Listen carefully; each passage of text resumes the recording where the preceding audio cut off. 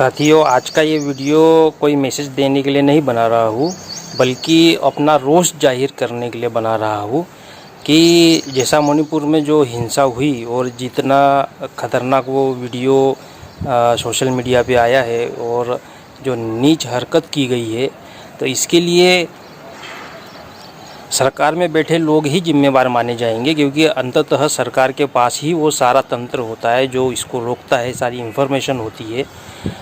और जैसा कि मेश्राम साहब ने भी अपने वीडियो में बताया कि वहाँ पर इंटरनेट जो है वो बंद किया गया है, जो कि भारत सरकार के अंडर में होता है। तो इसमें भारत सरकार बीजेपी भी शामिल है। तो मैं ये कहना चाहता हूँ कि ये जो सरकार में बैठे हुए लोग हैं, ये मतलब इतने नीचता पे पहुँच गए हैं कि अपनी राजनीति को सफल करने के लिए ऐसी नीच हरकतों पर भी अपनी आंखें बंद रखते हैं या अपनी चुप्पी साधे हुए होते हैं। या आखिर किस तरह के लोगों को सरकार में बिठा दिया गया है। वो मणिपुर का जो मुख्यमंत्री है वो कहता है कि ऐसी घटनाएं तो हर दिन होती रहती है। वो कितनी घटिया बात है।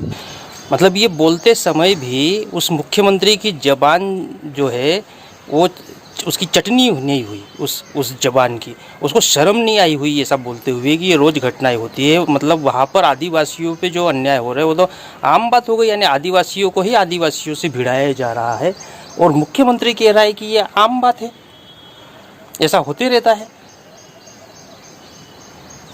और दूसरी तरफ जो बीजेपी के तरफ से या भारत के जो प्रधानमंत्री है वो 78 दिनों के बाद आज बोल रहे हैं कि बहुत दुख हुआ, ये हुआ वो हुआ।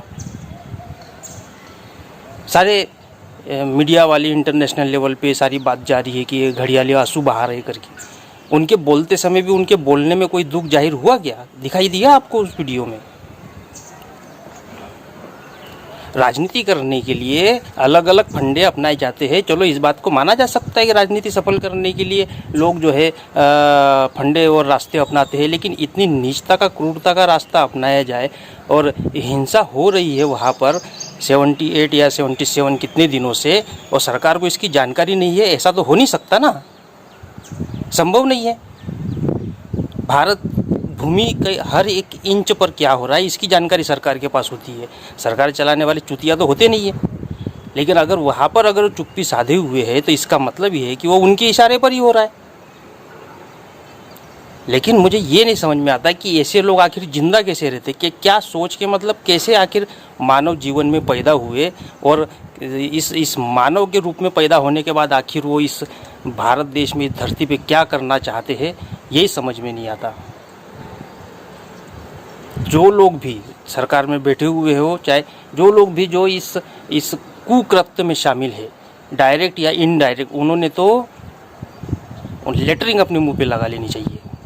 इतना घटिया काम इनके द्वारा किया गया है। और वो जो है इतना घटिया काम हुआ कि सरकार ने कुछ नहीं किया। सुप्रीम कोर्ट के चीफ जस्टिस को कहना पड़ा कि अगर सरकार कुछ नहीं करेगी तो हम एक्शन लेंगे। आप सोच सकते हैं कि जिनके ऊपर जिम्मेदारी, जिनके पास में सारा तंत्र है, वो तंत्र जिनके पास में, वो लोग कुछ नहीं कर रहे और सुप्रीम कोर्ट के चीफ जस्टिस सर को ये कहना पड़ा। क्या से क्या हालात इस देश के बना दिए हैं, केवल मात्र अपनी सत्ता और पावर हाथ में रखने के लिए।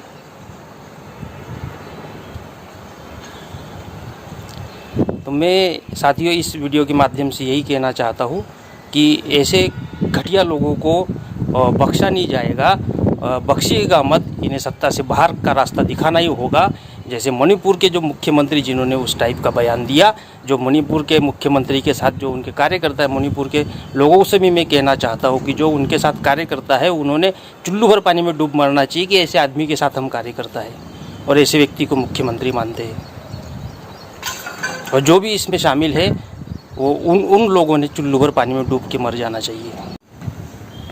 और इस वीडियो के माध्यम से मैं ये भी कहना चाहता हूँ कि बामसेप के जो राष्ट्रीय अध्यक्ष है वामन मेश्राम जी, वो नॉर्थ ईस्ट रीजन में भी इस बहुजनवादी और मूल्यवासी की विचारधारा को लेकर जाए।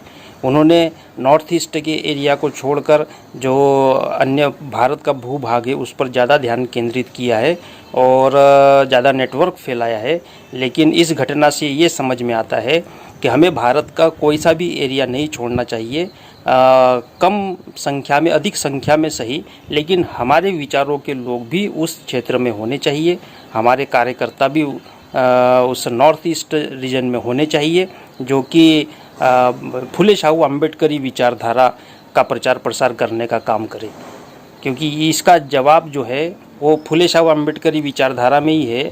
ब्राह्मणवादी व्यवस्था में या जो पॉलिटिकल लोग हैं वो इसका कोई समाधान करने वाले हैं नहीं, उनको केवल अपना पॉलिटिकल सक्सेस ही दिखाई देता है, उसके लिए जो मर्जी वो करते हैं। तो मैं इस माध्यम से बामसेप के वरिष्ठ कार्यकर्ता पदाधिकारियों से भी निवेदन करना चाहूँगा कि नॉर्थ ईस्ट रीजन में भी इस मूल्यवासी और बहुजनवाद की विचारधारा का प्रचार प्रसार किया जाना चाहिए।